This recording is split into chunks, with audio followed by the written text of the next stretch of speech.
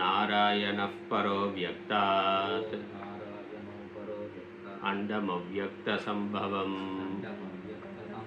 अण्डस्यान्तस्त्विमे लोकाः सप्तद्वीपा च मेदिनी.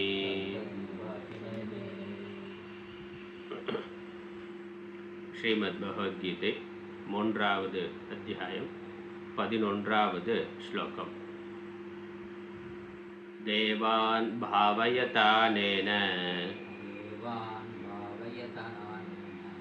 தே தேவா பாவயந்து வஹ பரஸ்பரம் பாவயந்தஹ ஸ்ரேயः பரமவாப்ஸ்யத.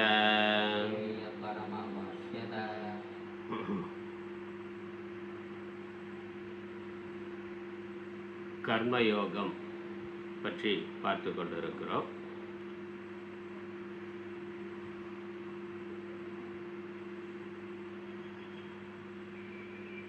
ஞானம் இல்லாமல் கர்மத்தை துறப்பதை விட, தியாகம் செய்வதை விட, கர்ம சந்நியாசத்தை விட, ஞானமில்லாத கர்ம சந்நியாசத்தை விட கர்ம யோகமானது மேலானது. ஏனெனில் சித்த சித்தி வாயிலாக அது மோட்சத்தை தரத்தக்கது.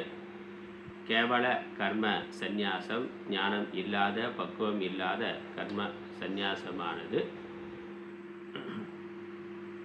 பந்தத்தை உண்டு பண்ணக்கூடியது, பாபாச்சரணத்தை உண்டு பண்ணக்கூடியது. ஆகவே கர்ம சந்நியாசத்தை விட கர்ம யோகமானது மேலானது. இன்னும் பல்வேறு காரணங்களை பகவான் கூறிக்கொண்டு வருகின்றார். கர்மத்தை செய்யாமல் குணங்களுக்கு வசப்பட்டு இருப்பவர்கள் அஞ்ஞானிகள் கர்மத்தை செய்யாமல் ஒரு பொழுதும் இருக்க முடியாது. கர்மத்தை செய்யவில்லை என்றால் சரீரத்தை நடத்துதல் என்பதும் கூட சாத்தியம் இல்லை. வெறுமனே கர்மத்தை துறப்பதனால் மட்டும் ஒருவன் மோட்சத்தை அடைந்து விடுவது இல்லை. மோட்சத்துக்கு ஞானம் சாதனம். ஞானத்திற்கு ஞான யோக்கியதாங்கிறது தேவை. ஞான யோக்கியதா சந்நியாசம் பண்ணுறதுனால மட்டும் வருவது இல்லை. அது கர்மயோகத்தை தொடர்ந்து செய்து அதனால் ஏற்படக்கூடியது. அது மட்டும் இல்லாமல் தேவர்கள் இந்த ஜீவர்களுக்கு உணவு முதலானவைகளை கொடுக்கிறார்கள். ஜீவர்கள் தங்களுடைய கர்மா மூலமாக தேவ பூஜை முதலானவைகளினால், யஜ்ஞ யாகாதிகளினால் தேவர்களுக்கு ஆகுதி கொடுக்கிறார்கள். அதனால் தேவர்கள் திருப்தி அடைகிறார்கள். திருப்தி அடைகின்ற தேவர்கள் மழை முதலானவைகளால் மீண்டும் இந்த ஜீவர்களுக்கு அன்னம் முதலானவற்றை தருகிறார்கள். அதனால் இது பரஸ்பரம் உதவி. தேவர்கள் மனிதருக்கு அனுகிரகம் செய்கிறார்கள். மனிதர்கள் யஜ்யத்தின் மூலமாக, ஈஸ்வர ஆராதனத்தின் மூலமாக கொடுக்கின்ற அந்த நைவேத்தியம், ஆகுதி, அதுதான் தேவர்களுக்கான உணவு. இந்த காரணத்தினாலேயும் ஒருவன் கர்மத்தை செய்ய வேண்டும். அந்த விளக்கம் தான் பார்த்து கொண்டு இருக்கிறோம். 11வது ஸ்லோகத்தில் வந்தது. 12வது ஸ்லோகத்திலையும் அதே கருத்து தான் விவரித்து சொல்லுகின்றார். அதை செய்யவில்லை என்றால் என்ன ஆகும், என்ன என்பதை சொல்லுகின்றார். 13வது ஸ்லோகங்களில் 12வது ஸ்லோகத்தை படிக்கலாம். 11வது ஸ்லோகத்தை முழுக்க நம்ம பார்த்துட்டோம். அதுக்கான பாஷ்யமும் பார்த்தாச்சு. 12 இஷ்டான் போகான் ஹி वो देवाः दास्यन्ते यज्ञभाविताः तैर्दत्तानप्रदायैभ्यः यो भुङ्क्ते स्तेन एव सः इष्टान् भोगान् हि वो देवाः दास्यन्ते यज्ञभाविताः तैर्दत्तानप्रदायैभ्यः यो भुङ्क्ते स्तेन एव सः.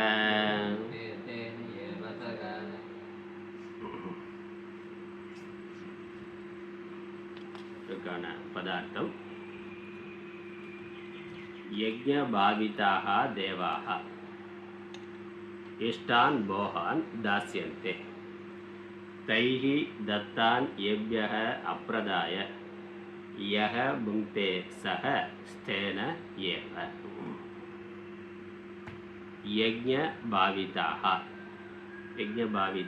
தேவாக தேவர்கள், யஜ்ஞத்தினால் பாவிக்கப்பட்ட தேவர்கள்.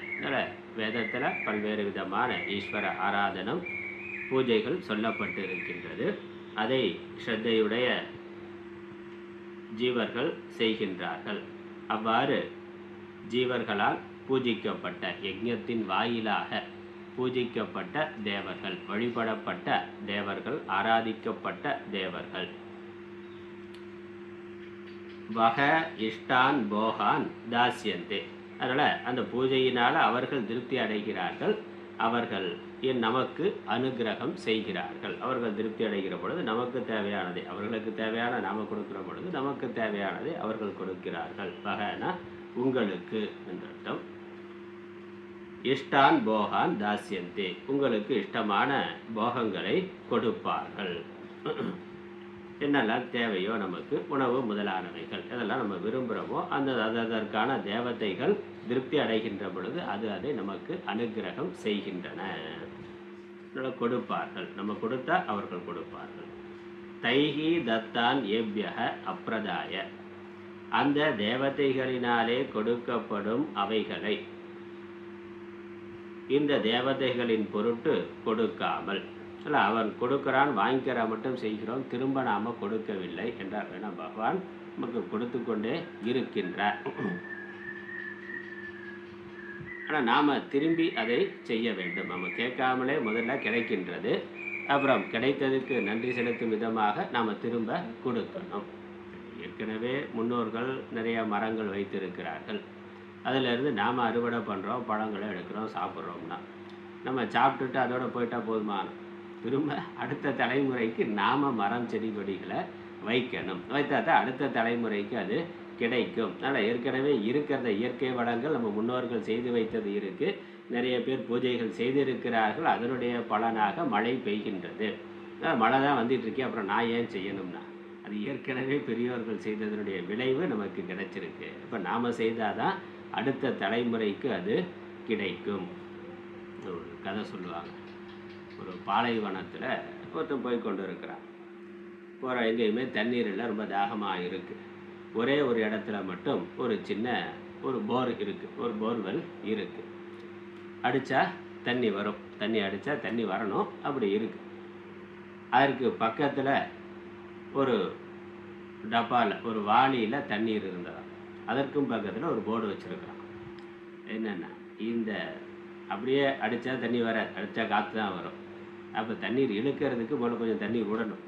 அதனால் அந்த போர்டில் என்ன போட்டிருக்கு, இந்த வாளியில் இருக்க தண்ணீரை அந்த போர்வெல்லில் ஊற்றி அடித்தா தண்ணீர் வரும், வேணுங்கிற அளவு குடிச்சிட்டு திரும்ப தண்ணீர் குடிச்சு வச்சுட்டு போகணும்னா, குடிச்சு வச்சுட்டு போனால் தண்ணீர் கிடைக்கும் அப்படின்னு எழுதி வச்சுருக்கு. அடுத்து வர்ற ஆளுக்கு அப்போ தான் கிடைக்கும். ஏன்னா அது பாலைவனம், ஆழமான தண்ணீர் இருக்குது. எடுத்த உடனே ரொம்ப நேரம் அடிக்காமல் இருந்தால், பயன்படுத்தாமல் இருந்தால் தண்ணீர் வராது. அப்படி வச்சுருக்கிறான். அப்போ இவன் ரொம்ப தாகமாக போகிறான். இப்போ இவனுக்கு இந்த தண்ணீரை போரில் ஊற்றி அடித்து எடுத்து குடிக்கிறதா, இப்படியே குடிச்சிடறா. ஒருவேளை போரில் ஊற்றி தண்ணி வரலைன்னா என்ன பண்ணுறதுன்னா, இருக்கிற தண்ணி அதில் ஊற்றிட்டு நம்ம அடித்து திரும்ப தண்ணீர் வரலைன்னா என்ன பண்ணுறது அப்படின்னு ஒரு யோசனை, ஒரு கேள்வி. வராமல் போயிட்டாக்க இருக்கிறதும் போயிருச்சேன்னா என்ன பண்ணணும், நீங்களாக இருந்தால் என்ன பண்ணுவீங்க அப்படி ஒரு கேள்வி. என்ன பண்ணுவீங்க? அவன் ஏற்கனவே எவனோ ஒருவன் அதை வச்சிருக்கிறான், நமக்காக தண்ணீர் வச்சுட்டு போயிருக்கிறான். இப்போ திரும்ப அடுத்த தலைமுறைக்கு கொடுக்க வேண்டியது, இப்போ நமக்கு இருக்கிறத பயன்படுத்திட்டு போயிட்டு அடுத்த தலைமுறைக்கு கொடுக்க வேண்டிய பொறுப்பு இருக்குல்ல. இப்போ நமக்கு இல்லாமல் போனாலும் பரவாயில்ல, கண்டிப்பாக அடுத்த தலைமுறைக்கு வைக்கணும். அதனால் வருங்கிற நம்பிக்கையில் தண்ணியை ஊற்றி அடிக்கணும். அதே தான். அதனால் நாம் நம்ம நல்லா இருக்கலாம் அப்படின்னு சொல்லி இருக்கிற இயற்கை வளங்களை நாமளே அனுபவிச்சுட்டா அடுத்த தலைமுறைக்கு என்ன கிடைக்கும்? இருக்க ஏரி குளங்கள்லாம் அதெல்லாம் அழிச்சாச்சு, காடுகளெல்லாம் அழிச்சாச்சு, மரம் வைக்கிறது இல்லை, ரோடெல்லாம் பெருசாகிக்கிட்டே போகிறான். அதனால் ரோட்டோரம் இருக்க மரத்தெல்லாம் எடுத்துக்கிட்டே போனால் விவசாயம் பண்ணுறதையும் நம்ம கடையில் கிடைக்கிது. எதாக இருந்தாலும் சூப்பர் மார்க்கெட்டுக்கு போனால் கிடைக்குது. அதனால் நான் ஏன் கஷ்டப்பட்டு விவசாயம் பண்ணணும்? விவசாயம் பண்ணி நஷ்டமாயிட்டால் போட்ட முதலும் போயிருமே, என்ன பண்ணுறது?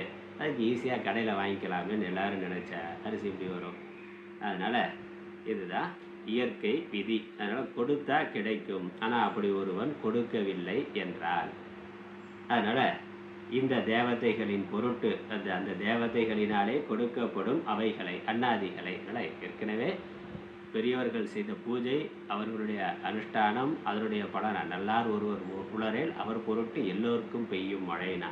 ஏதோ சில நல்லவர்கள் இருக்காங்க, அதனால மழை பெய்யுது. அதான் மழை பெஞ்சிட்டு இருக்கேன், நான் ஏன் நல்லவனாக இருக்கணும்னா, அடுத்த தலைமுறைக்கு மழை வரணும்னா நான் நல்லவனாக இருக்கணும். அதனால் கொடுக்கப்படும் அன்னாதி தேவதைகளை அவைகளை இந்த தேவதைகளின் பொருட்டு அப்பிரதாயம்னு திரும்பி கொடுக்காமல், எனக்கு கிடைச்சிருச்சு நான் ஏன் திரும்பி கொடுக்கணும், திருப்பி கொடுக்காமல் ஏக புக்தே எவன் தான் அனுபவிக்கின்றானோ சக ஸ்தேன ஏவ, ஸ்தேன திருடன் அர்த்தம், அவன் திருடனே, அவன் திருடனேன்னு. அதனால் கொடுக்கறத இயற்கையிலிருந்து வாங்குகிறோம், நாம் அதை அனுபவிக்கின்றோம், திரும்ப நாம் கொடுக்கவில்லை என்றால் அது திருட்டுனால அவன் திருடன்னு சொல்கிறார். பொதுவாக திருடன்னாக்கா இன்னொருத்தர் பொருளை அபகரிக்கிறவன் திருடன், அதானே? இன்னொருத்தர் இருக்கிற உடைமையை பொருளை அவருடைய அனுமதி இல்லாமல் உரிய பதில் கொடுக்காமல் உரிய விலை கொடுக்காமல் எடுத்த அது அபகரிப்பு, அது திருட்டு. இங்கே கொடுக்கவில்லை என்றால் அது திருட்டுங்கிறாரு. ஏன்னா வாங்கிட்டோம் திரும்ப கொடுக்கலைன்னா அதுவும் திருட்டு தான். கடனை வாங்கிட்டோம் திரும்ப கட்டலைன்னாக்கா அது திருட்டு தான். அடுத்தவர் உடைமை தானே, அடுத்தவர் சொத்தை நம்ம அனுபவிச்சாச்சு, அப்போ அதற்குரிய விலையை கொடுக்கணும்.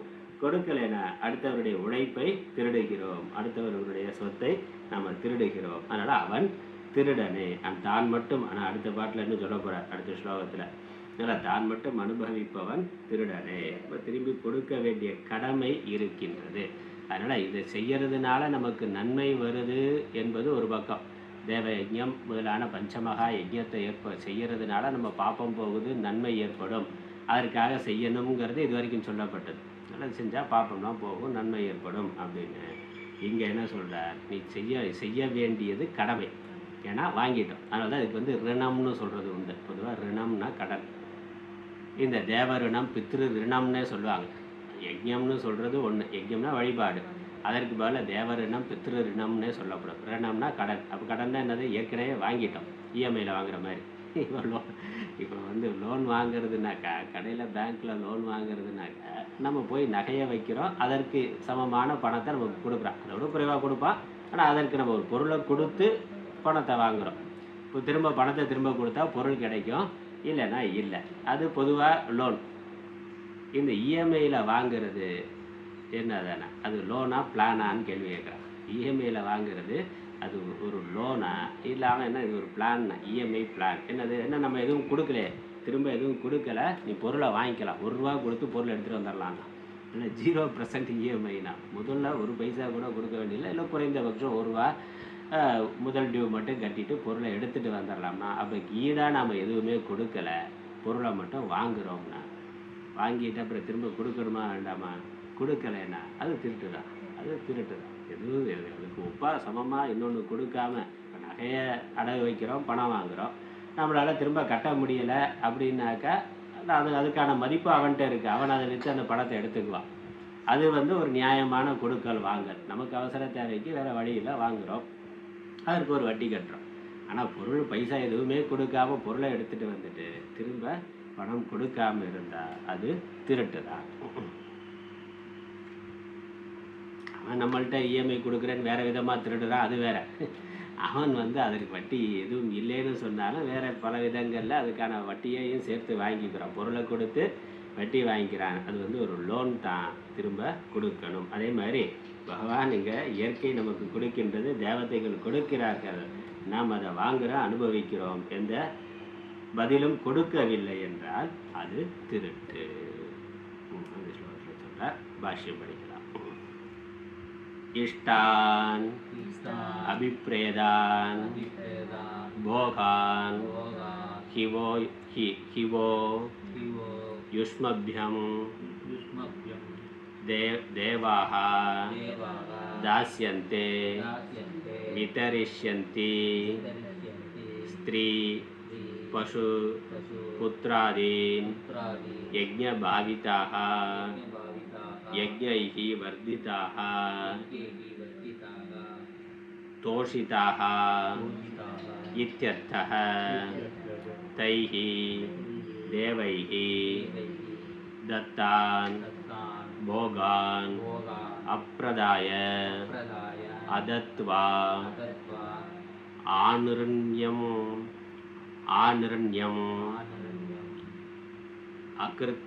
अकृत्वेत्यर्थः। येभ्यः देवेभ्यः यो भुङ्क्ते स्वदेहेन्द्रियाणि एव तर्पयति स्तेन एव तस्करः एव सः देवादि स्वापहारी।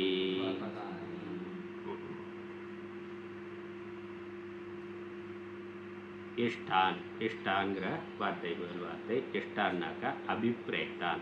இஷ்டான்னா நமக்கு தெரியும், இஷ்டங்கிற வார்த்தையை பழக்கத்தில் இருக்குது. இஷ்டமானது, நம்மால் அபிப்பிராயப்படக்கூடியவைகள், விரும்பப்படக்கூடிய போகான் போகங்கள், நமக்கு தேவையான போகங்கள், நம்மால் விரும்பப்படக்கூடிய அனுபவிக்கக்கூடிய விஷயங்கள், நமக்கு விருப்பமான அனுபவ விஷயங்கள். ஹி வஹ வஹ ஹிங்கிறது அர்த்தம்ல. வஹ யுஸ்மபியம், வஹனா யுஸ்மபியம் உங்களுக்கு. பகவான் சொல்கிறார், நீங்கள் தேவர்களுக்கு கொடுத்தீங்கன்னா தேவர்கள் உங்களுக்கு கொடுப்பார்கள். யுஸ்மபியம்னா உங்களுக்கு, வஹங்கிறதுக்கு யுஸ்மபியம்னு அர்த்தம். தேவாக தேவாக தாஸ்யந்தே, தாஸ்யந்தேனா விதரிஷ்யந்தி அப்படின்னு கொடுப்பார்கள். நீங்கள் கொடுத்தால் உங்களுக்கு இஷ்டமானவைகளை தேவர்கள் உங்களுக்கு கொடுப்பார்கள். என்ன கொடுப்பார்கள்? இஷ்டமானதுங்கிறதுக்கு உதாரணம் சொல்கிறார். ஸ்திரீ பசு புத்திராதி. அதனால் வாழ்க்கை துணை, பசு செல்வம். பசுங்கிறது ஆடு மாடு முதலான எல்லா விதமான ஐஸ்வர்யங்களும் செல்வங்களும். அதனால் பசுங்கிறதுக்கு செல்வம்னு அர்த்தம். தமிழ்லேயும் மாடு அப்படிங்கிற வார்த்தை செல்வம் என்பதை குறிக்கிறது. தமிழில் மாடல்ல மற்றையவைன்னு திருக்குறளில் சொல்கிறார். மாடல்ல மற்றையவைன்னு என்னது? கெடில் விழுச்செல்வம் கல்வி ஒருவருக்கு மாடல்ல மற்றையவை, மாடு அல்ல மற்றையவை. உண்மையான மேலான செல்வம் கல்விதான். மற்ற செல்வங்கள் எல்லாம் செல்வம் அல்ல. அந்த செல்வம்ங்கிற வார்த்தைக்கு மேலே விழுச்செல்வம்னு சொன்னார். மற்ற செல்வங்கள் எல்லாம் செல்வம் அல்லன்னு சொல்கிறபோது கீழே மாடு அல்லங்கிற, மாடுனாக்க செல்வம்னு அர்த்தம். ஏன்னா அந்த காலத்தில் செல்வத்தினுடைய குறியீடாக மாடுகள் தான் இருந்தது. எவ்வளவு மாடு வைத்திருக்கிறார்கள், எவ்வளவு ஆடு வைத்திருக்கிறார்கள், கோழி இருக்குது, இதான் முக்கியமாக பசு எவ்வளோ இருக்கோ அதுதான் செல்வத்தினுடைய குறியீடாக இருந்தது. அதனால் மாடுனாலே செல்வம்னு அர்த்தம். இங்கேயும் பசுங்கிறத செல்வம்னு எடுத்துக்கொள்ளணும். அதனால் வாழ்க்கை துணை செல்வம், அப்புறம் புத்திரன் முதலானவைகள், குழந்தைகள், மற்ற எல்லா விதமான ஐஸ்வர்யங்களும் அதெல்லாம் கொடுப்பார்கள். அதனால் தேவர்கள் அதை கொடுப்பார்கள். விரும்பி நாம் அவர்களை திருப்திப்படுத்தினாக்க நமக்கு தேவையானதை அவர்கள் கொடுப்பார்கள். யஜ்ஞ பாவித்தாக. ஏன் அவர்கள் கொடுக்கிறார்கள்? யஜ்ஞ பாவித்தாக, நாம் செய்த யஜ்ஞத்தினால் பாவிக்கப்பட்டதனால். யஜ்ஞைஹி வர்திதாக, யஜ்ஞத்தினால் வர்தனத்தை விருத்தியை வளர்ச்சியை அடைந்தவர்கள். அப்படின்னா தோஷிதாக மகிழ்ச்சியை அடைந்தவர்கள். இல்லை அவர்கள் திருப்தி அடைந்திருக்கிறார்கள். அதனால் நாம் திருப்தி அடையும் விதமாக நமக்கு தேவையானதை, உங்களுக்கு தேவையானதை கொடுப்பார்கள். பகவான் சொல்கிறார், உங்களுக்கு தேவையானதை அவர்கள் கொடுப்பார்கள். தைஹி தேவைஹி, அப்படி தேவர்களால் கொடுக்கப்பட்ட போகங்களை, தைஹினா தேவைஹி, தத்தான்னா போகான், போகங்களை வாங்கி கொண்டவன், அப்ரதாய அதத்வா திரும்ப கொடுக்கவில்லை என்றார். அடுத்த முறை ஹோமம் பண்ணலைன்னா, வாங்கிட்டார், ஒரு தடவை கொடுத்தார், வாங்கினார், திரும்ப ஹோமம் பண்ணல. வாங்கினதில் ஒரு பகுதியை திரும்ப ஹோமம் பண்ணுறது பூஜைக்கு பயன்படுத்தணும். ஒரு முறை செயல்பட்டோம், ஹோமம் பண்ணோம், பலன் கிடைத்தது. அப்போ கிடைத்த பலனில் ஒரு பகுதியை மீண்டும் நம்ம பூஜைக்கு பயன்படுத்த வேண்டும், தான தர்மங்களுக்கு பயன்படுத்த வேண்டும். அப்ரதாயனா அதத்வா கொடுக்கவில்லை என்றால். ஆநிர்ண்யம் அக்ருத்வா இத்யர்த்தः.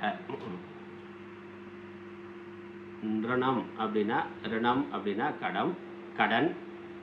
அன்றிணம் அப்படின்னா கடனை திரும்ப கொடுக்கிறது. ஆநிர்யம்னா திரும்ப கொடுக்காமல் இருக்கும் தன்மை. திரும்ப கொடுக்காமல் இருக்கும் தன்மை. வாங்கினதை திரும்ப கொடுக்காமல் இருக்கும் தன்மை. அதான் ஆநிர்யம். அநிர்யம் ஆநிர்யம். கொடுக்கிறது வாங்கிறது திரும்ப கொடுக்கிறது கொடுக்காமல் இருக்கின்ற தன்மைக்கு ஆநிர்யம்னு பேரு. அக்ருத்வா இத்யர்த்தம். வாங்கிய கடனை கொடுக்காமல் இருக்கும் தன்மையை அடைவார்கள் இத்யர்த்த என்று பொருள். யார்? ஏபியக தேவேபியக, அந்த தேவர்களுக்கு. யார் வாங்கியதை திரும்ப கொடுக்காமல் இருக்கின்றார்களோ, கொடுக்கவில்லை என்றால், அதத்வான கொடுக்கவில்லை என்றால், கொடுக்காம என்ன பண்றான்?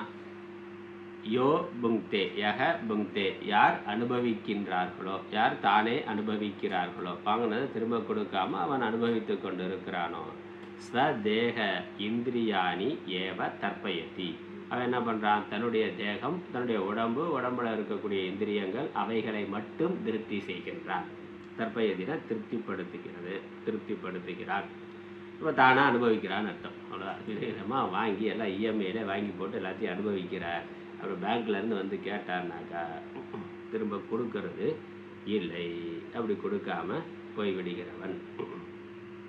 அப்படி தேவர்கள்ட்ட இருந்து வாங்கினவன், இயற்கையிலிருந்து வாங்கினவன் திரும்ப அதை கொடுக்கவில்லை என்றார்கள். இயற்கை வளங்கள் எல்லாம் நம்ம அனுபவிக்கிறோம். அதெல்லாம் இறைவன் கொடுப்பது. அவைகளை திரும்ப நம்ம முறையாக பராமரிக்காமல் மாசுபடுத்துதல் அல்லது அழித்தல் என்பதை செய்தவள் என்றால், நமக்கு நாம மட்டும் சுகமாக இருந்தால் போதும் என்று இருந்தால், அதனால் தன்னைத்தானே திருப்திப்படுத்தி கொள்பவர்கள்.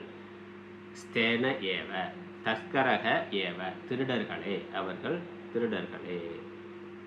தேவாதி ஸ்வ அபகாரி, தேவர்கள் முதலானவர்களுடைய சொத்துக்களை அபகரிப்பவர்கள். அதனால் இயற்கை வளங்கிறது இறைவனுடைய சொத்து. அதை நம்ம பயன்படுத்திட்டு திரும்ப அதற்கு பலனாக தேவர்களுக்கு கொடுக்க வேண்டியதை பூஜை முதலானவைகளை முறையாக செய்யவில்லை என்றால் அந்த தேவர்களுடைய சொத்துக்களை அபகரித்தவர்கள் ஆவோம். இன்னைக்கு கோயிலுடைய பல இடங்களை பலர் அனுபவித்து கொண்டு இருக்கிறான். கடை கட்டி வாடகை விட்டு அவன் சம்பாரிச்சுட்டு இருக்கிறான். கோயிலுக்கு கட்ட வேண்டியதை கட்டுறானா, பல வருடங்களை வாடகை பாக்கி. அது எவ்வளோண்ணா? 50 ரூபாயோ 25 ரூபாயோ எவ்வளோ? அவ்வளவுதான். இவன் அதில் பல ஆயிரம் சம்பாரித்து கொண்டு இருக்கிறான். நிலத்தையோ அல்லது அந்த கடை முதலானவைகளையோ பல வருடமாக அனுபவித்து கொண்டு இருக்கிறவன் அந்த கோயிலுக்கு செலுத்த வேண்டிய மிக குறைந்தபட்ச அந்த தொகையை கூட கொடுக்கறது இல்லை. அப்போ என்னது? அது அபகரிப்பு, அது திருட்டுத்தான். ஒட்டுமொத்த உலகமே கோயிலோட சொத்து தான், பகவானுடைய சொத்து தான். இந்த ஒட்டுமொத்த உலகமே பகவானுடைய சொத்து. அப்போ நம்ம இதில் எதை பயன்படுத்தினாலும் அதற்கு உரிய வாடகை கட்டணம் கொடுத்தாக வேண்டும். அது என்னது?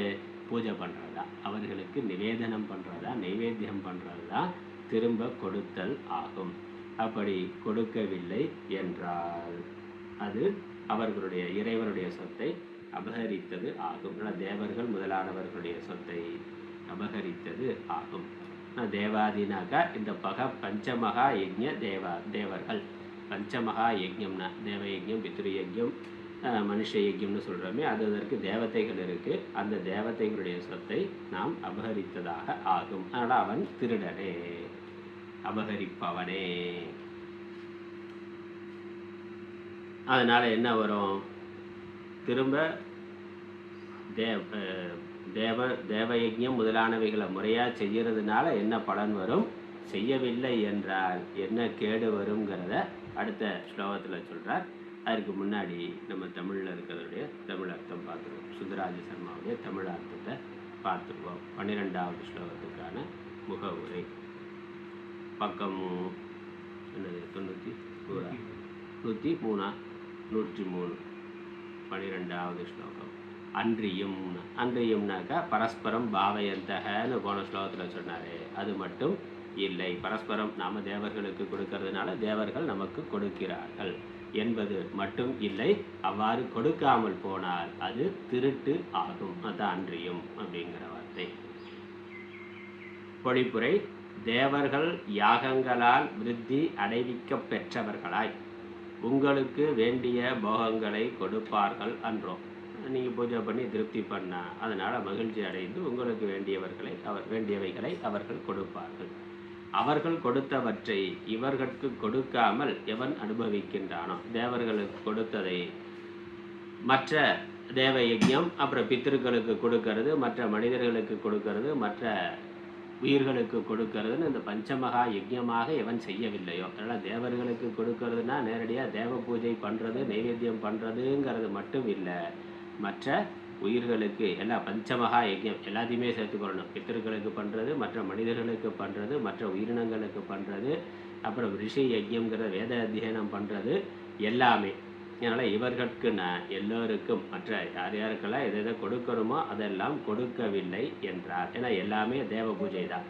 தேவர்களுக்கு நேரடியாக நம்ம உட்காந்து பூஜை பண்ணுறது மட்டும் இல்லை தேவ பூஜை, அங்கே நைவேத்தியம் பண்ணுறது மட்டும் இல்லை தேவ பூஜை, இல்லாத ஒரு ஏழைக்கு உணவு போடுறது கூட தேவ பூஜை தான். வைஸ்வானர் அதிதி உபாசனை, அதிதிக்கு கொடுக்கறதுங்கிறது அதிதி தேவோ பவன, அதிதியே தேவன் தான், அவரே கடவுள் தான், அவருக்கு உணவு கொடுக்கறது கடவுளுக்கு உணவு கொடுப்பது. அதனால் வெறும் நைவேத்தியம் 2 வாழைப்பழம் வச்சுட்டு, தேங்காய் வாழைப்பழம் வச்சுட்டு எடுத்து உடனே சாப்பிட்டான்னா அதனால் தேவர் திருப்தி அடைஞ்சிருவாரான்னா அதே அவருக்கு காமிச்சது தான். அதாவது பண்ணுறானேன்னு பரவாயில்லை, ஏன்னா அதுவும் பண்ணாமல் நேரடியாக சாப்பிட்ற ஆள் உண்டு, அதாவது பண்ணிட்டு பண்ணுறானா. ஆனால் அதோடு நிறுத்தி கொள்ளக்கூடாது, ஏன்னா அதை நாம் தான் அனுபவிக்கிறோம். உண்மையிலேயே அவனுக்கு காட்டுறாவளதான் நாம் தான் அனுபவிக்கிறோம். அப்போ உண்மையிலேயே கொடுக்கறது எங்கே? இல்லாதவர்களுக்கு கொடுக்கறது தான் கொடுக்கறது. பித்திருக்களுக்கு கொடுக்கறது, மற்ற மனிதர்களுக்கு கொடுக்கறது, மற்ற உயிர்களுக்கு கொடுக்கறது தான் உண்மையிலேயே கொடுக்கறது. அதனால் அது தேவ பூஜை. அதனால் தேவ பூஜைங்கிற பொழுது தேவர்கள் முதலான தேவ யஜ்யம் முதலான எல்லா யஜ்யங்களும் அதை செய்யாமல் விடுறது, மனிதர்கள் மற்ற உயிரினங்களுக்கு கொடுக்காமல் இருக்கிறது, தான் மட்டும் அனுபவிக்கிறது. அதனால் பிஸ்னஸ் பண்ணுறான், எல்லா விதத்துலையும் ஏமாற்றி பிஸ்னஸ் பண்ணுறான், பண்ணிவிட்டு கீழே வேலை செய்கிறவனுக்கு சம்பளம் ஒழுங்காக கொடுக்கறது இல்லை, அப்புறம் பண்ணுற வியாபாரத்துலேயும் நேர்மை இல்லை, கலப்படம் முதலானவைகள் அல்லது போலியான பொருட்களை வியாபாரம் பண்ணுறான். அப்புறம் அதில் வரக்கூடிய வருமானத்தை மட்டும் திருப்பதியில் போய் உண்டியில் ஒரு 10% போட்டான்னாக்கா பகவானுக்கு மட்டும் 10% கொடுத்துட்டு, அதனால் பகவானே என்னுடைய பாபத்தெல்லாம் போக்கிடு, நான் போக்குவாரான்னா. அப்போ அது தேவ யஜ்யம் கிடையாது. நான் கொடுத்துட்டேன் அதனால் பாப்பம் போயிடுமானா போகாது. அப்போ ஏமாத்தாமல் தொழில் பண்ணுறதுங்கிறது ஈஸ்வர பூஜை தான். அதுதான் உண்மையிலேயே பகவானுக்கு கொடுக்குற ஷேர். தான் பண்ணுற தொழிலை நேர்மையாக பண்ணுறது, உண்மையாக பண்ணுறது என்பது தான் உண்மையிலேயே பகவானுக்கு கொடுக்குற ஷேர். அதனால் அப்படி கொடுக்காமல் எவன் அனுபவிக்கின்றானோ, அதனால் கொடுத்தவற்றை இவர்களுக்கு கொடுக்காமல் எவன் அனுபவிக்கின்றானோ அவன் திருடனே ஆவான். அவன் திருடன் தான். தேவர்கள் யாகங்களால் விருத்தி அடைவிக்கப்பட்டு, திருப்தி அடைவிக்கப்பட்டு, விருத்தி அடைவிக்கப்பட்டு அப்படின்னா திருப்தி அடைவிக்கப்பட்டு, ஸ்திரீகள், பசுக்கள், மக்கள் முதலிய இஷ்டமான போகங்களை உங்களுக்கு கொடுப்பார்கள் அன்றோ. கொடுப்பார்கள் அன்றோன்னு பகவான் கேட்கிறார். கொடுப்பார்கள். அந்த தேவர்கள் கொடுத்த போகத்தை அந்த தேவர்களுக்கு கொடாமல், அவர்கள் கொடுத்ததை திரும்ப அவர்களுக்கு கொடுக்காமல், பஞ்சமகா யஜ்யம் செய்யாமல், அதாவது என்ன அர்த்தம்? கடனை தீராமல், கொடுத்த கடனை திரும்ப கொடுத்து தீர்க்கவில்லை என்றால், தீர்க்காமல் என்ன பண்ணுறான்? எவன் தன்னுடைய சரீரத்தையும் இந்திரியங்களையுமே திருப்தி செய்து வருகின்றானோ, தான் மட்டும் சுகமாக இருக்கணும் என்று சுயநலமாக இருக்கிறானோ, தன்னுடைய தலைமுறை என்று 10 தலைமுறைக்கு சொத்து சேர்த்து வச்சிருக்கிறான், ஊரை ஏமாற்றி அப்படி செய்து இருக்கிறானோ, தான் மட்டும் திருப்தியாக வாழுகிறானோ, அவன் தேவர் முதலானவர்களுடைய சொத்தை பறித்து கொண்ட திருடனே, அவன் திருடன் தான். ஆனால் எவர்கள் இதற்கு மாறாக, அடுத்த பாடல், அடுத்த ஸ்லோகம்.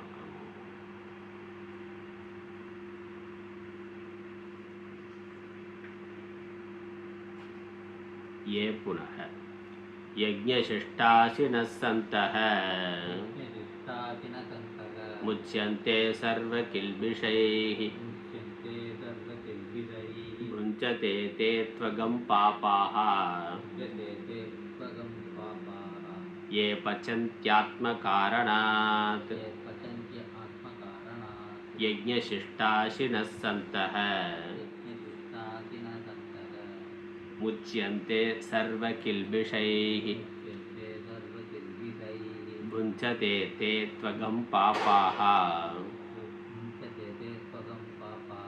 ये पचन्त्यात्मकारणात्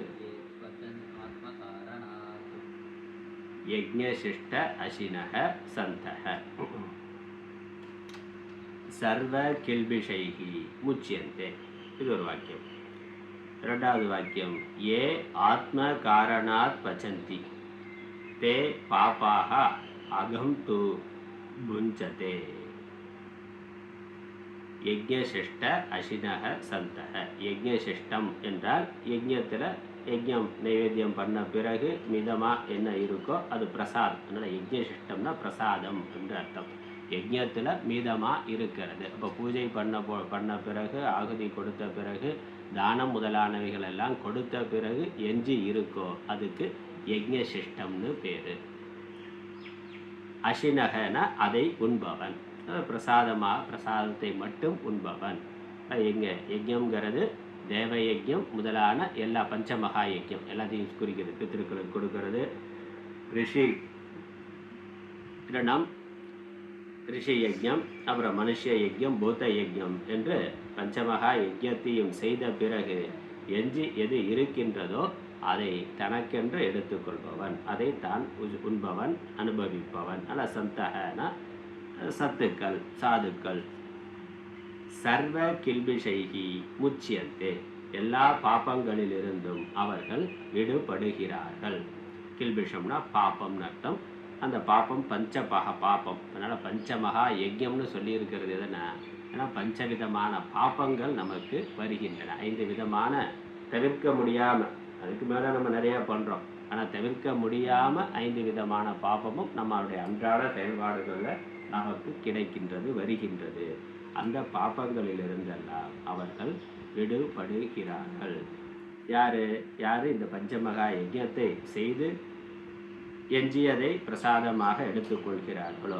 அப்போ எஞ்சியதைங்கிறது இங்கே சாப்பாடு மட்டும் இல்லை, நைவேத்தியம் பண்ண மிச்சம் அப்படிங்கிறது மட்டும் இல்லை, எல்லா போக விஷயங்களும். சம்பாதிக்கிறார், பணம் சம்பாதிக்கிறார், உழைக்கிறார், பணம் சம்பாதிக்கிறதுல ஒரு பகுதியை ஈஸ்வர பூஜைக்கு, ஈஸ்வர கைங்கரியத்துக்கு, அது பூஜை பண்ணுறதுங்கிறது மட்டும் இல்லை, கோயில் கட்டுறது, கோயில் சம்பந்தமான எல்லா திருப்பணிகளுக்கும் இவரால் முடிந்ததை தன்னுடைய வருமானத்தில் ஒரு பகுதியை கொடுத்தா அது தேவ பூஜை ஆகும்.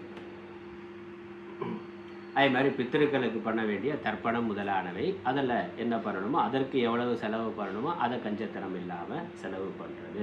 அப்புறம் வேத அத்தியனம் பண்ணுறதுங்கிற பொழுது இவருடைய வேதத்தை அத்தியனம் பண்ணுறதுங்கிறது மட்டும் இல்லை, வேத பாடசாலை முறையாக நடக்கிறதுக்கு இவர் உதவி பண்ணால் அது கூட அந்த ரிஷி யஜ்யமாக ஆகும். வேத அத்தியனம் மாணவர்கள் படிக்கிறார்கள், படிக்கிறதுக்கு உதவி பண்ணுறது, ஒரு பாடசாலை நடத்துறது அல்லது நடக்கிற பாடசாலைக்கு உதவி பண்ணுறதுங்கிறதும் கூட அது தன்னுடைய வருமானத்தில் ஒரு பகுதியை அதற்கு செலவு செய்கின்றார். அப்புறம் மனுஷ யஜ்யம், அன்னதானம் முதலானவைகள் மற்ற மனிதர்களுக்கு, முகம் தெரியாத உறவுகள் இல்லாத மற்ற மனிதர்களுக்கு தன்னுடைய வருமானத்தில் ஒரு பகுதியை செலவு செய்கின்றார்னா அது மனுஷ யஜ்யம்.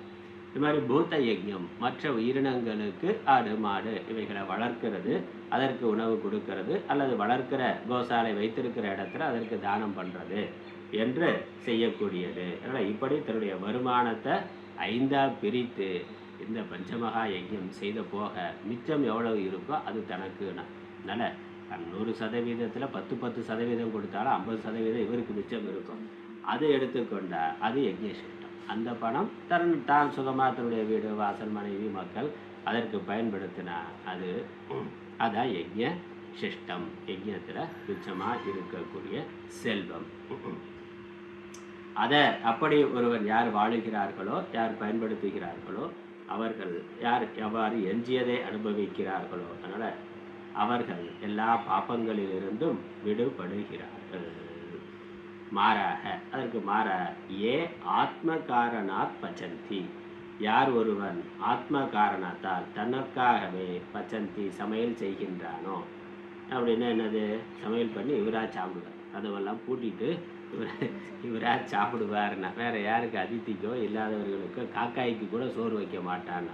எச்ச கையால் காக்காயை கூட விரட்ட மாட்டான். அதனால் அப்படிப்பட்ட ஆள். அதனால் ஆத்மகாரனாத் பச்சந்திங்கிற தன் பொருட்டு தனக்காக மட்டும் எவன் சமையல் செய்கிறானோ. இப்போ சமையல் செய்கிற பொழுது வீட்டில் ஒரு ஆள் தான் இருந்தாலும் அது கூட பண்ணுறதில்லை. இப்போ போட்டால் ஃபோனில் போட்டாக்கா வீடு தேடி வந்துடுது சாப்பாடுன்னா, சமையல் பண்ணுறது கூட இல்லைன்னா அது என்ன சொல்கிறது. அப்போ 2 சாப்பாடு ஆர்டர் பண்ணணும். அப்படி ஆர்டர் பண்ணால் ஒன்று நமக்கு, இன்னொன்று யாரோ இல்லாதவர்களுக்கு ஏதோ ஒன்று அப்படி ஆர்டர் பண்ணி கொடுக்கணும்னா. அதனால் தங்களுக்காக சமையல் செய்பவர்கள் யார்? தனக்காக மட்டும். அதனால் தங்களுக்காகவே அப்படின்னு தனக்காக மட்டும் யார் சமையல் செய்கிறார்களோ, தான் சமைத்ததை தான் மட்டும் அனுபவிக்கிறார்களோ தே பாப்பா, அவர்கள் பாப்பங்கள், அவர்கள் பாப்பிகள். அந்த பாப்பிகள் அகம் புஞ்சதேன, அவர்கள் பாப்பத்தையே உண்கிறார்கள். அகம்னா பாப்பம். பாப்பாகங்கிற வார்த்தையை சொல்லிட்டார். அடுத்த வார்த்தை அகம். அகம்னாலும் பாப்பம் தான். அந்த பாப்பிகள் பாப்பத்தையே உண்கிறார்கள். அதனால் என்னது? பாப்பம் தான் அவர்களுக்கு திரும்ப வரும்னு அர்த்தம். திரும்ப அதனால் கடனை அடைக்காததுனால வரக்கூடிய பாப்பம் வரும். பணத்தை வாங்கிட்டு திரும்ப கொடுக்காம ஏமாத்தினா அது ஒரு பாப்பம் தானே.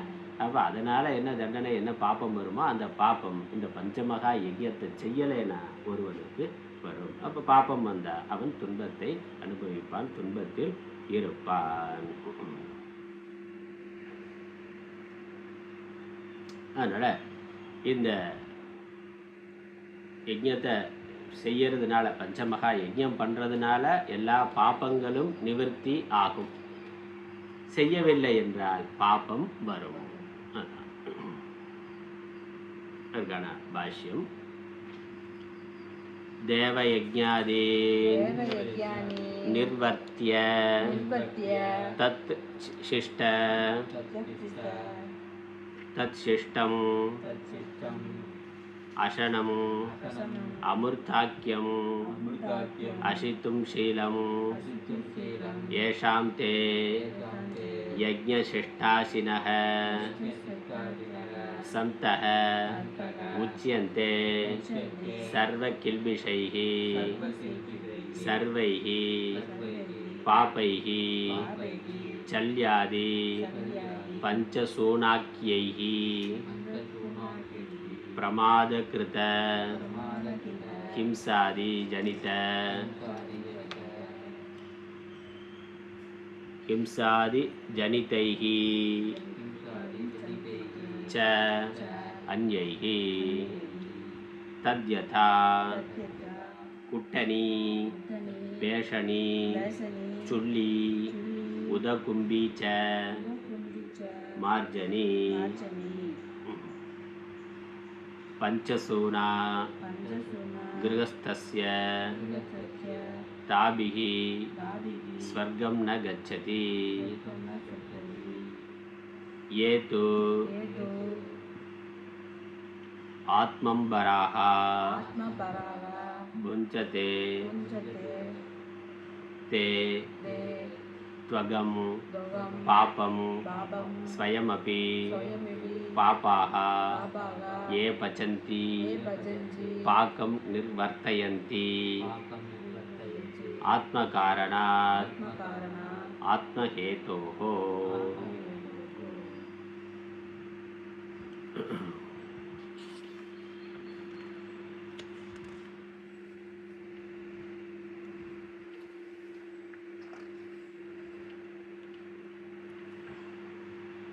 தேவ யஜ்ஞாதி, அதனால் யஜ்ஞசிஷ்ட அப்படிங்கிறதுல தேவங்கிறத சேர்த்துக்கொண்டார். தேவ யஜ்ஞம் முதலானவைகளால், முதலானவைகளில் நிர்வர்த்தியன செய்து, முதலானவைகளை செய்து, தேவ யஜ்ஞம் முதலானவைகளை செய்து அப்படின்னா தேவ யஜ்ஞம், ரிஷி யஜ்ஞம், பூத யஜ்ஞம், மனுஷ யஜ்ஞம்,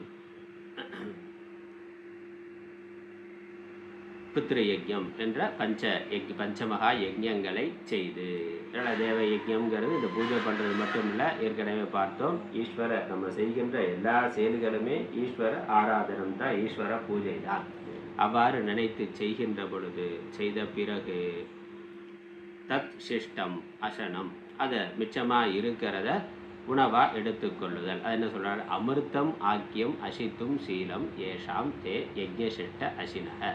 அவ்வாறு தேவயஜ்ஞம் முதலானவைகளை செய்த பிறகு எஞ்சி இருக்கின்ற அமிர்தத்தை உண்ணுகின்ற பழக்கத்தை உடையவர்கள் எவர்களோ அவர்கள் யஜ்ஞசிஷ்டாசினக, அவர்களுக்கு அந்த பேர் யஜ்ஞசிஷ்டாசினகனாக்க அது ஒரு மனிதர்களுக்கு பேர்.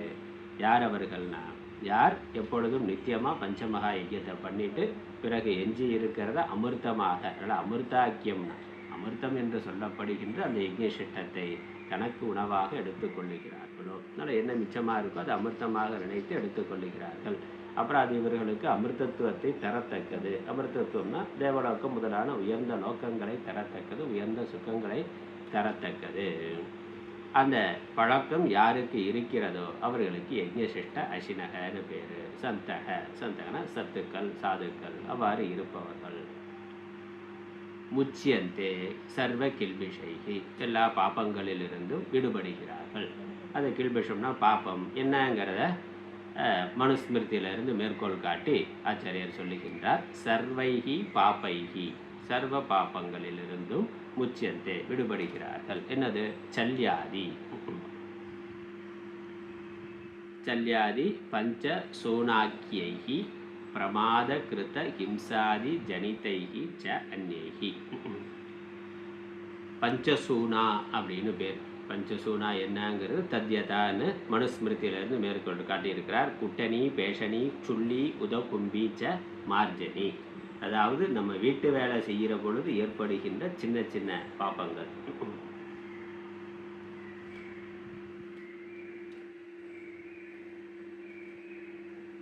சமையல் பண்ணுறோம், அடுப்பு இருக்குது, அடுப்பில் அக்னி முதலானவைகளை பற்ற வைக்கிறோம்.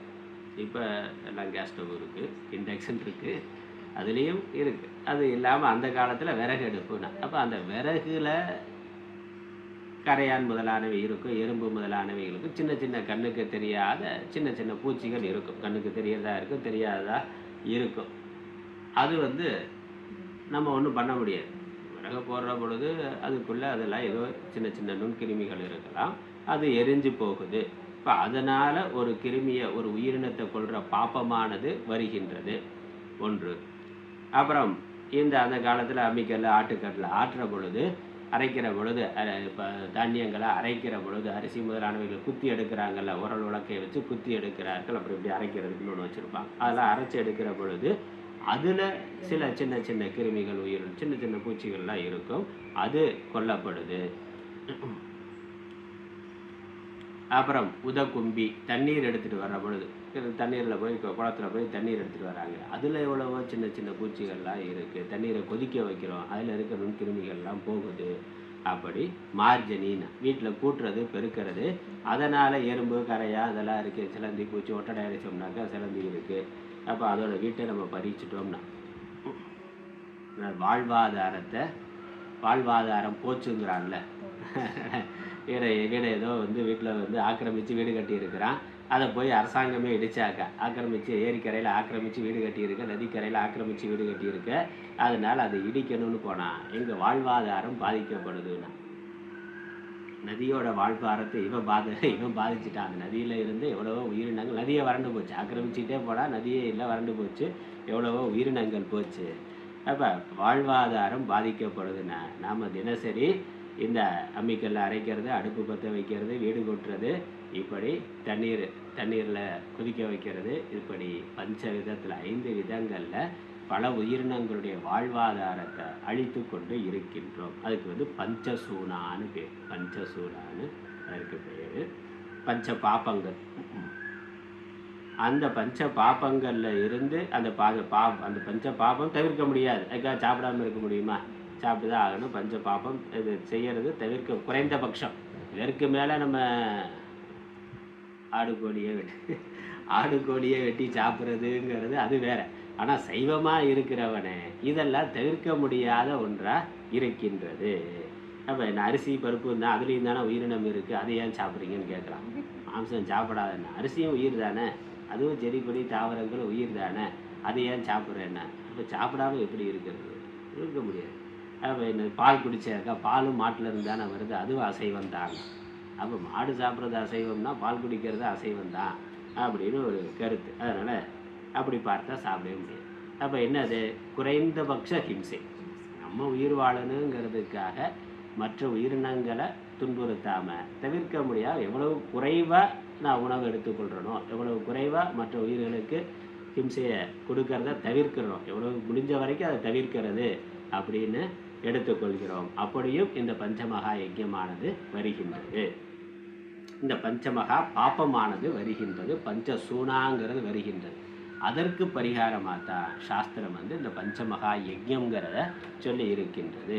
ஒரு மரத்தை வெட்டுனா அதற்கு பதிலாக மரம் வைக்கிறது, ஆடு மாடு கோழி அதற்கு உணவு கொடுக்கறதுன்னா அதனுடைய உணவை நம்ம பறித்து சாப்பிட்றோம், அப்புறம் அதற்கு பதிலாக அதற்கு உணவு நாம் கொடுக்கின்றோம். இப்படி பஞ்சமகா யஜ்யங்கிறது அதற்கு பரிகாரமாக இருக்கின்றது. தவிர்க்க முடியாத இந்த பாப்பங்களுக்கு பரிகாரமாக இருக்கின்றது.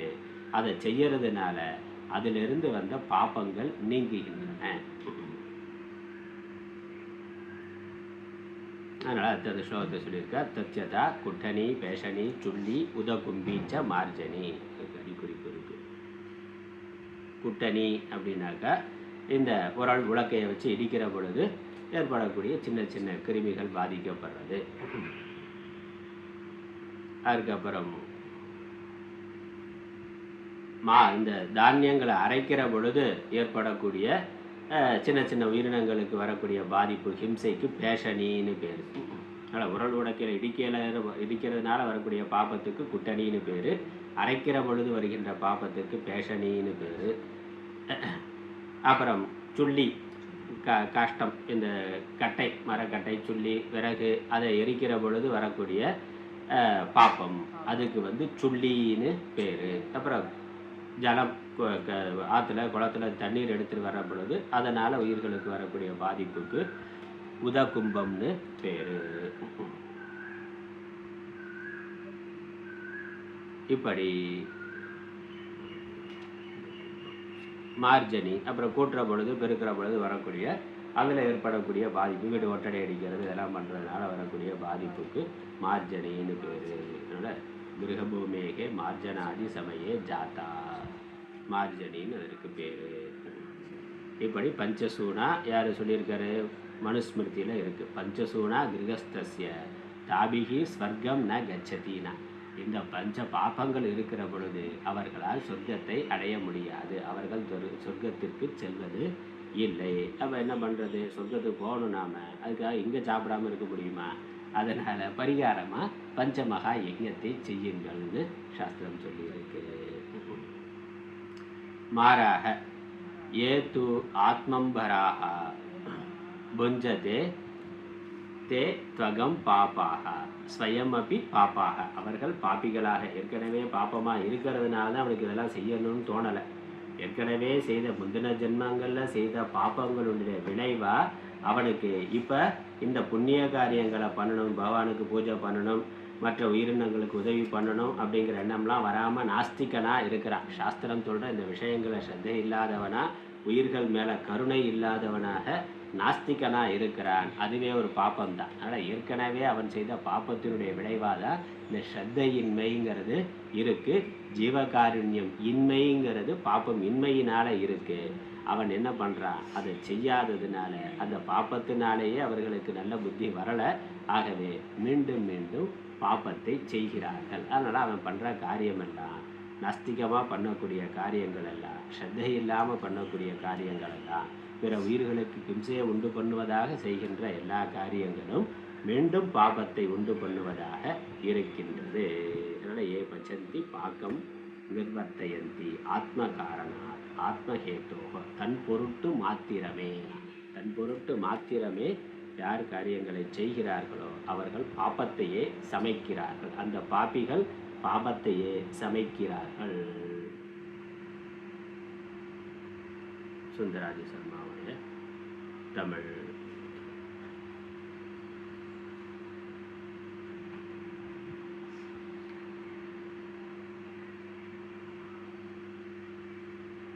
எவர்கள் யஜ்ஞாசிஷ சந்தக முச்சது, யாக சேஷத்தை புதிக்கும் சாதுக்களோ, எவர்கள் இந்த யஜ்ஞத்தில் மிச்சமாக இருக்கிறது பூஜை பண்ணது போக அல்லது மற்றவர்களுக்கு கொடுத்தது போக எஞ்சி இருப்பதை யார் அனுபவிக்கின்றார்களோ அவர்கள் அந்த சாதுக்கள், அவர்கள் சகல பாப்பங்களாலும் விடப்படுகிறார்கள். உட்காருங்க ஒரு 5 நிமிஷம்.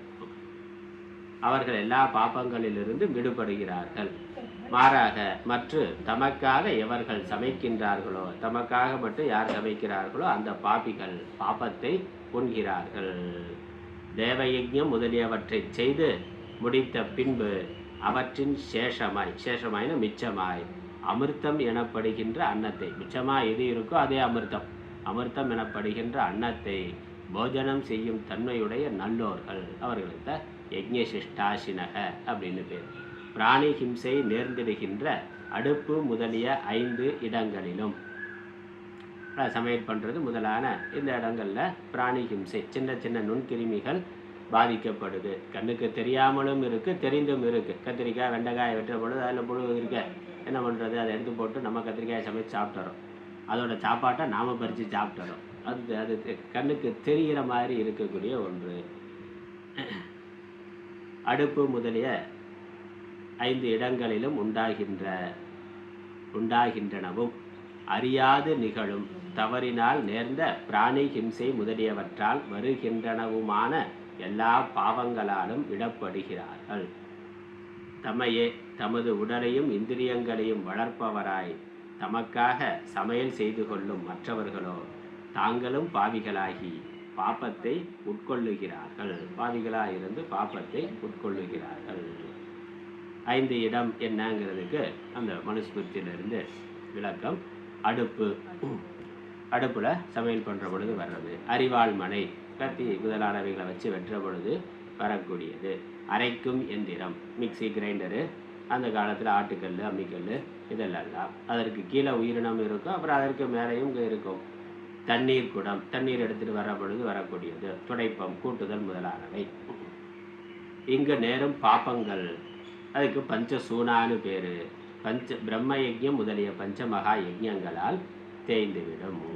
பிரம்ம யஜ்யம்னு சொல்லப்படுகின்ற ரிஷி யஜ்யம், தேவ யஜ்யம், பித்ரு யஜ்யம், மனுஷ யஜ்யம், பூத யஜ்யம்ங்கிற 5 யஜ்யங்களால் இந்த 5 பாப்பங்கள் நீங்குகின்றன. அதனால் தவிர்க்க முடியாமல் தினசரி இந்த 5 பாப்பத்தை பண்ணுறோம். அதற்கு பரிகாரமாக தினசரி இதை நாம் செய்ய வேண்டும். செய்தால் யார் செய்கிறார்களோ அவர்கள் பாப்பத்திலிருந்து விடுபடுகிறார்கள். மற்ற பாப்பிகள் பாப்பத்தையே உண்கிறார்கள். அப்படின்னா அவர்களுக்கு மீண்டும் பாப்பமே வந்து சேருகின்றது. பாப்பத்தை அடைகிறார்கள். பாப்பத்தின் விளைவான நரக்கம் முதலானவைகளை அடைகிறார்கள். துன்பம் முதலானவைகளை அடைகிறார்கள். மேற்கொண்டு இன்னொரு காரணம் சொல்றார். அதனால ஆகவே முடிவென்ன? ஆகவே ஒருவன் கர்மத்தை தியாகம் செய்வதை விட கர்மத்தை யோகமாக செய்வது மேலானது. ஞானம் இல்லாத ஒருவன், தகுதி இல்லாத ஒருவன் கர்மத்தை தியாகம் செய்வதை விட கர்மத்தை செய்வது மேலானது. அதுலேயும் என்ன கர்மம்னா சகாமமாக இல்லாமல் நிஷ்காமமாக இந்த பஞ்சமகா யஜ்யத்தை அவன் விடாமல் செய்ய வேண்டும். இதுக்கு தான் நியத கர்மான்னு பேர், நித்திய கர்மான்னு பேர்.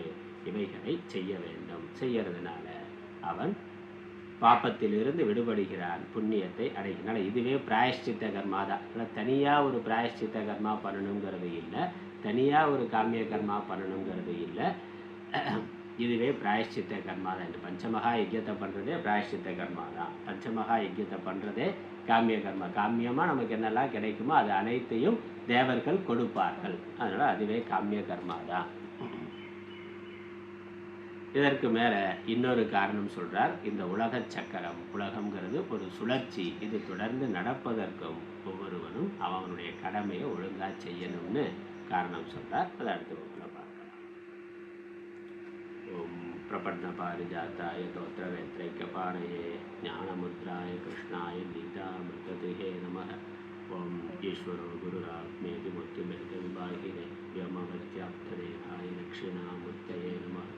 ஓம் பூர்ணமத பூர்ணமிதம் பூர்ணாத் பூர்ணமுதச்யதே பூர்ணஸ்ய பூர்ணமாதாய பூர்ணமேவாவசிஷ்யதே.